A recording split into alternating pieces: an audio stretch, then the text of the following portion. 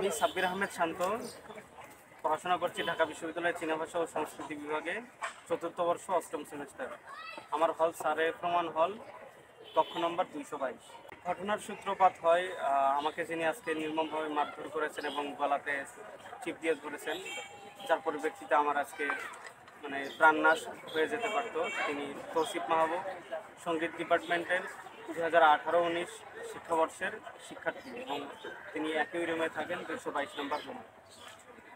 তিনি এর আগেও যখন আমি রুমে উঠি, আগে আমি 403-এ ছিলাম, যখন 222-এ আসি তখন দেখি তিনি অনিয়ন্ত্রিত জীবনযাপন করেন। রাতের বেলার রুমে নানান রকমের নেশা করে আসেন, উচ্চস্বরে গান বাজনা করেন এবং উচ্চস্বরে মোবাইলে কথা বলেন, যাতে আমার ঘুমের ডিস্টার্ব হয় এবং আমি বলি আমার ক্লাস আছে, সমস্যা হচ্ছে। তখন থেকে তার সাথে আমার সম্পর্ক নষ্ট হয়ে যায় এবং তার পরিপ্রেক্ষিতে আমি একসময় অসুস্থ হয়ে পড়লে আমার খালার বাসায় আশ্রয় নেই মতিঝিল, এবং সেখান থেকে সুস্থ হয়ে হলে ফিরলে দেখি আমার টেবিল, চেয়ার এবং আমার আসবাবপত্র, কাপড় চোপড় সব ফেলে দেওয়া হয়েছে। এটা কবে নাগাদ ঘটনা? এটা ঘটনা হচ্ছে ফেব্রুয়ারি মাসে। ওকে।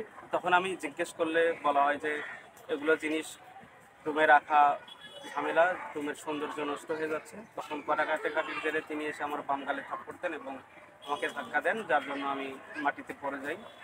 সেটা আমি হল ছাত্রলীগকে অবগত করলে তারা ব্যবস্থা নেবে বলে আশ্বাস দেয় এবং তারা ব্যবস্থাও নেয় সেবার এবং তাকে সতর্ক করে পরবর্তীতে আর এসব না করতে। তিনি যে রুমে সমস্যা করেন, তার সমস্যার কারণে আমি রুমে ঠিক মতো থাকতে পারি না, সেজন্য আমি বাইরে থাকি, রুমে শুধু প্রয়োজন পড়লে যাই। আজকে সকালে আমি ক্লাস করার উদ্দেশ্যে রুমে কাপড় চোপড় এবং বই খাতা নেওয়ার জন্য যাই, তখন সবাই ঘুমেছিল। যখন আমি বের হইতে নিই তখন বলে যে রুমে ঝিমঝিম শব্দ করিস না, সবাই ঘুমাইছে, এবং আমাকে গালি দেওয়া বলা হয় তুই রুমে এসে ডিস্টার্ব করিস কেন, সবাই ঘুমোচ্ছে। অথচ আমি কাউকে ডিস্টার্বও করিনি, কাউকে ডিস্টার্ব করিনি এবং কেউ ঘুম থেকে ওঠে নাই। তারই শুধু সমস্যা হয়েছে এবং সে মোবাইল চাপছিল, সে ঘুমোচ্ছিল। আমি যখন বলি ভাই আমি ভালোভাবেই রুমে ঢুকছিলাম এবং বের হচ্ছিলাম, এখানে তো কারো সমস্যা হওয়ার কথা নেই, তখন তিনি আমাকে গালিগালাজ শুরু করেন এবং আমি যেহেতু ক্যাম্পাসের ফোর্থ ইয়ার, আমিও গালিগালাজ শুরু করি। এক পর্যায়ে তিনি তার বিছানা থেকে উঠে আসেন এবং আমাকে এক হাত দিয়ে গলা টিপে ধরেন এবং বারান্দার সাথে আমাকে ঠেস দিয়ে ধরেন, আমার মাথা নিচের দিকে এবং আমার হাত টিপে ধরেন এবং আমাকে গলা চিপে ধরেন। যখন আমার কণ্ঠ বন্ধ হয়ে আসে, শ্বাস প্রশ্বাস বন্ধ হয়ে আসে, তখন আমি চিৎকার দিই। আমার বেডমেট বাঁধন ভাই এসে আমাকে তার হাত থেকে ছাড়িয়ে নেন। তারপর আমি মাননীয় হল প্রভোস্ট বরাবর লিখিত অভিযোগ করি এবং হল প্রশাসন থেকে বলা হয় আমাকে ন্যায্য বিচার পাইয়ে দেওয়া হবে এবং হল ছাত্রলীগ থেকেও বলা হয় যে তারাও বিচারের আশ্বাস দেয়। এবং আমি চাই এটা কোনো শিক্ষার্থীর সাথে না হোক। তিনি যেহেতু ছাত্রলীগের নাম ব্যবহার করে প্রভাব খাটায় মারধর করেছে এবং তিনি যখন সেকেন্ড ইয়ার ছিলেন, গেস্ট রুম নিতেন, তখনও তিনি তার জুনিয়রদেরকে মারধর করতেন এবং আমি এর বিচার চাই। আপনি বলছিলেন যে এই ঘটনাগুলো আরও ঘটেছে, আসলে কি ঘটনাগুলোকে কেন্দ্র করে অথবা কোন বিষয়টাতে ট্রিগার্ড হয়ে সে আপনার উপর আক্রমণ অথবা আঘাত করে? ট্রিগার্ড হয়ে তারা রুমে যাই করুক, সে রুমে যাই করুক, আমার এটা বলা যাবে না এবং প্রতিবাদ করা যাবে না। আমি যেন তার গলার কাটা হয়ে দাঁড়িয়েছে, আমাকে যাতে রুম থেকে তাড়াতাড়ি বের করা যায় তার পরিপ্রেক্ষিতেই এগুলো। আপনার উপরই কেন? আমাকে আর কি আজকাল যারা ভালো কথা বলে, যারা অন্যায়ের প্রতিবাদ করে, স্বভাবতই তাদেরকে মানুষ দেখতে পারে না, তারা নিজেদের মতো করে লাইফ লিড করতে চায়, সেজন্যই আমার উপরেই বারবার হতে হয় এবং তারও অত্যাচার অতিষ্ঠ হয়ে আরও জুনিয়র রুম থেকে চলে গেছে। আচ্ছা, আপনি এই বিষয়ে সংশ্লিষ্ট বিষয়ে কী পদক্ষেপ নিচ্ছেন? সংশ্লিষ্ট বিষয়ে আমি এখন পর্যন্ত 3 জন সাংবাদিক সহ আপনাদেরকে আমি দিয়েছি সাক্ষাৎকার এবং আমি দৈনিক ক্যাম্পাস, ডেইলি ক্যাম্পাস ঢাকা বিশ্ববিদ্যালয়ের প্রতিনিধিকেও লিখিত অভিযোগ পাঠিয়েছি। ঢাকা বিশ্ববিদ্যালয়ের সাংবাদিক সমিতির সাধারণ সম্পাদক মহিউদ্দিন ভাইকেও অবগত করেছি এবং প্রভোস্ট বরাবর লিখিত অভিযোগ দিয়েছি এবং কালকে আমি প্রক্টর অফিসে পত্র জমা দিব। যেহেতু আমি আজকে অসুস্থ এবং সময়ও বেশি নেই, প্রক্টর অফিস বন্ধ হয়ে গেছে, সেহেতু কালকে আমি প্রক্টর অফিসে লিখিত অভিযোগ। আপনি আজকে যে আমাদের সাথে সাক্ষাৎকার দিচ্ছেন, আপনি এটাকে পরবর্তীতে হুমকি মনে করছেন কিনা বা ভয়ভীতিতে আছেন কিনা?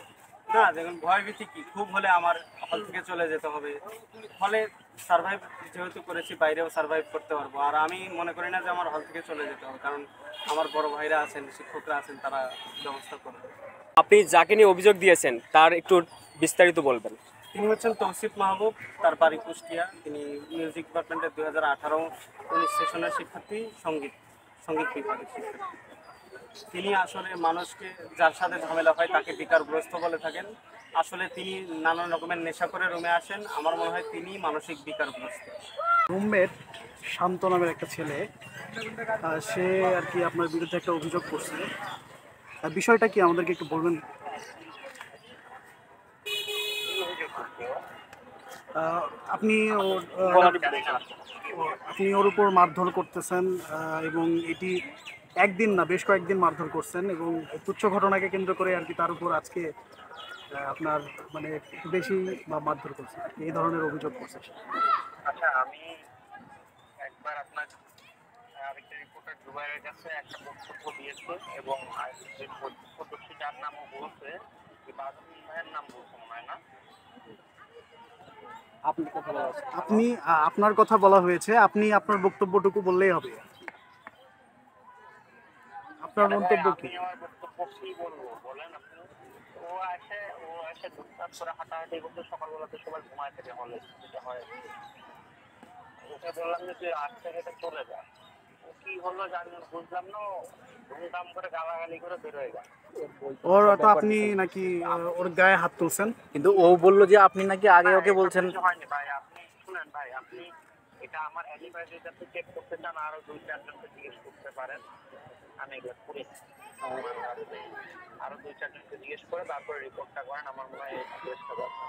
ভাই আপনাকে নিয়ে অভিযোগ হচ্ছে আপনি মা বাপ তুলে গালি দিয়েছেন এবং হচ্ছে তার গলা টিপে ধরেছেন আজকে, আর হচ্ছে তার আরে যিনি, ভাই, এটা হ্যাঁ কেন করতে যাবো আমি? আমাকে আপনি বলেন আমি এটা কেন করতে যাবো? আচ্ছা, তার মানে হচ্ছে আপনার কথা হচ্ছে আপনি এটা করেননি। কি আমার? হ্যাঁ। ও তো মেন্টাল, একটা মেন্টালকে আমি কেন ইয়া করতে যাবো? আমি জানি যে ওর মানসিক সমস্যা আছে, ওকে আমি যদি এটা করে ও তো আমাকে ডিরেক্ট ইয়া করবে, তাই না? আপনি হলেও তো তাই করতে, তো ডিরেক্ট আমাকে কিছু করে বসবে। আমি তো জানা সত্ত্বেও কেন ওগুলো করতে যাবো? আচ্ছা, আপনাকে নিয়ে আরেকটি অভিযোগ হচ্ছে আপনি তার বইপত্র যা যা ছিল তা নাকি রুমের বাইরে রেখে দিয়েছেন। কবে ভাই এটা? আগে আগে আগে এর আগে আমি তো রুমে থাকি, শোনেন ভাই, আমি কাজ করি, হ্যাঁ, আমি ফটোগ্রাফির কাজ করি। আমি রুমে আসি মনে করেন রাত্রের দিকে, এসে আবার সকালবেলা আমার লাইব্রেরিতে পড়ে আবার ক্লাস করে বেরোয় যায়, আবার বিকালে কাজ থাকলে কাজ করে একদম রাত্রে আসে। আমি এগুলো করার টাইম কখন পাবো ভাই?